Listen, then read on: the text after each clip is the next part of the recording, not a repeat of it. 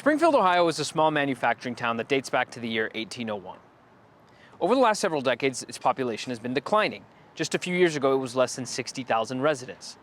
But that all changed in 2021 when Joe Biden took office and changed U.S. immigration policy. Since then, some 20,000 Haitians have arrived in the city. Local residents protested right here behind me just a few nights ago at a city council meeting. They voiced concerns over the city's ability to house these migrants, feed them, and clothe them. I know a single mom that FaceTimed me tonight, FaceTimed me this morning at the welfare office that really need something. And it's nothing but immigrants over there. And I don't even want to seem like I'm coming down on the immigrants because it's the people that's bringing them down here. I'm angry that foreigners are using up the resources that were set up for the Americans that reside here. I'm angry that another country's flag was being flown in our city. I've heard people express concerns about personal safety, women who are afraid to walk in stores, women stalked out into parking lots with their children. The city is going to shit. And let me be clear, this is not about race. This is about people being given the privilege of coming here from another country and having no respect for our people, our land, or our life's work. But the situation in Springfield became an international story last week after viral claims of Haitians eating cats, pets, and local ducks from a nearby park spread like wildfire online. And then Tuesday, former President Donald Trump reiterated those claims and mentioned Springfield by name in his debate with Vice President Kamala Harris. In Springfield, they're eating the dogs, the people that came in. They're eating the cats. They're eating the pets of the people that live there. So far, the only outlet to confirm any story about Haitian migrants eating some sort of animal was the Federalist, which obtained this 911 call a few days ago. I'm sitting here, I'm riding on the trail going to my orientation for my job today, and I see a group of Haitian people. There was about 4 of them. They all had geese in their hand.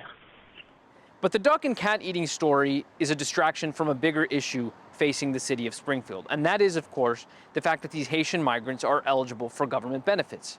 Springfield isn't exactly a wealthy town. Its residents aren't rich. And yet, these Haitians who come through the parole program are eligible to receive food stamps and other forms of government assistance like Medicaid when they only have just gotten into the country. Under the Biden administration's parole program, Haitian migrants must prove that they have a financial sponsor here in the United States. That sponsor must show documentation, whether a bank statement, W-2 forms, proving they have the income and the assets to care for these migrants. So if that's true, and if these Haitians do have financial sponsors here in the United States, why then are they eligible for food stamps? Is that even true? Are these Haitians receiving government assistance?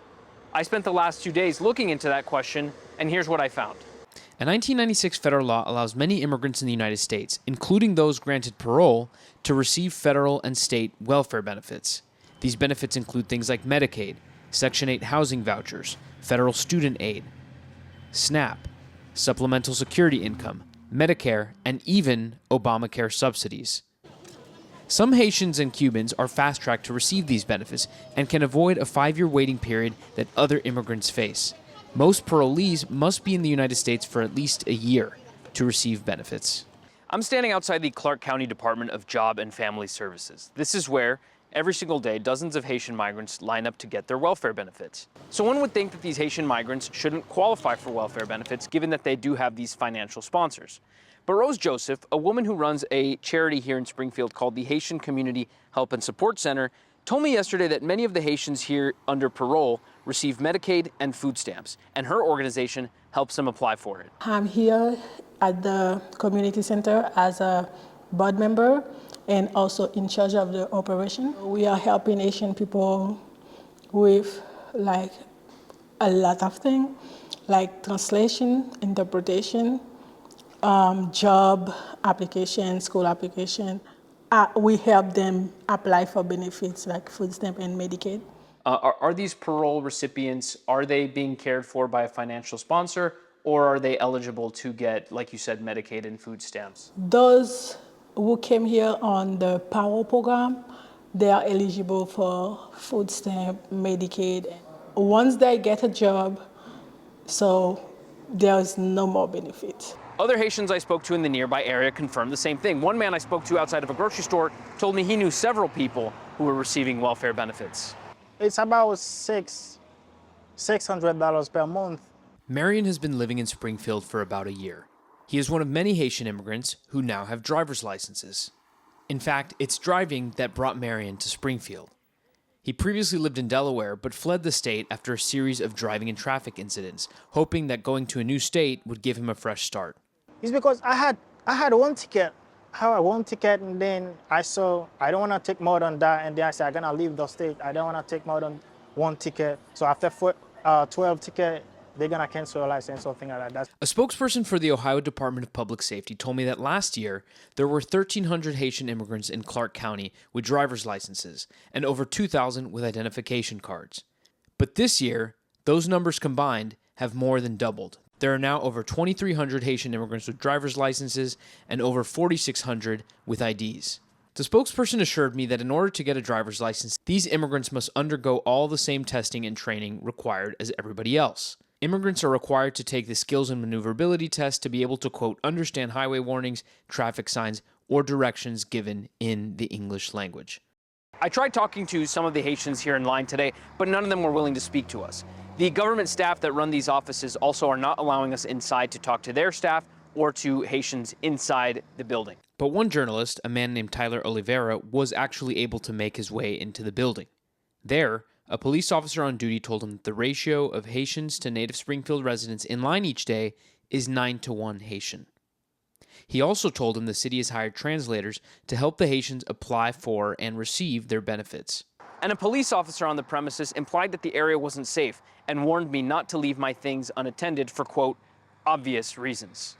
Since the Haitian migrant story exploded here in Springfield last week, the city has gone into what is in effect a PR lockdown. The city is refusing to answer media inquiries, at least according to the journalists I spoke to here in Springfield. The police department, too, refusing to respond to public records requests, which is in violation of Ohio law.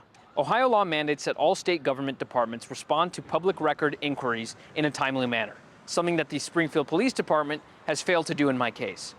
I went down to the police department in person during my time here in Springfield to ask for three things. Number one, crime statistics, to see if crime has increased at a level disproportionate with the population growth here in Springfield. Number two, citizenship status of arrest. Is the Springfield Police Department tracking citizenship status, whether someone is a citizen or non-citizen, when arresting someone for a crime? And number three, police reports. There are allegations that the Haitian migrant community is responsible for a disproportionate amount of the vehicle accidents and car crashes here in Springfield. So far, the Springfield Police Department has not answered any of my requests. Instead, they directed me here to someone at City Hall. Though the city of Springfield has still not responded to my question about citizenship status or anything about specific traffic data, I did find this on the issue of crime. According to the FBI, in 2020, the Springfield Police Department reported 338 violent crimes. 2 years later, after Joe Biden's immigration policy was in full swing, the number of crimes had doubled in Springfield to over 700. Crime was growing at a rate greater than the city's population increase. Robberies were up nearly 30%. Aggravated assaults skyrocketed from 171 in 2020 to over 500 in 2022, nearly a 200% increase. One Springfield resident who works at the hotel I was staying at told me that Haitian drivers, quote, don't know what a stop sign is, don't know what a red light is. Another man I spoke to outside of a grocery store told me he witnessed 3 car accidents at the same intersection in a span of just a few hours. Again, though I haven't been able to get any specific traffic incident information, a recent report in Reuters this week claimed that much of what I heard and saw in Springfield is true. Quote, enrollment in Medicaid and federal food assistance and welfare programs surged. So did rents and vehicle accidents. The fact is, there is so much about the U.S. immigration crisis that our media aren't reporting. There are individuals and organizations, for example, that stand to benefit financially from government contracts to house and work with these migrants. Catholic Charities is one of those organizations. I visited the local Catholic Charities office in Springfield, but it was closed while I was there. Next door, however, I found something perhaps even more interesting, an immigration mill of sorts. U.S. citizenship and legal status for sale. A sign on the door in English and Creole claimed to offer work permits, TPS, a quote, family package, citizenship, and political asylum in prices ranging from $250 to $1,500. So who knew American citizenship was that cheap? Now, I spoke to the paralegal who runs the office, and he contradicted his own advertisement, claiming that he only helps Haitians process their TPS and work permits. And while he would likely argue that he's only charging to fill out these forms and process them with the government, the bigger question is, why are we allowing people to profit from our immigration system like this? Look, there are many other cities and towns across the United States facing similar problems to Springfield, and they aren't getting the right attention from our leaders, our politicians, or the media. So regardless of what you think of Trump's comments about Springfield, one thing is indisputably true. We as Americans need to start talking about these places like Springfield, before it's too late.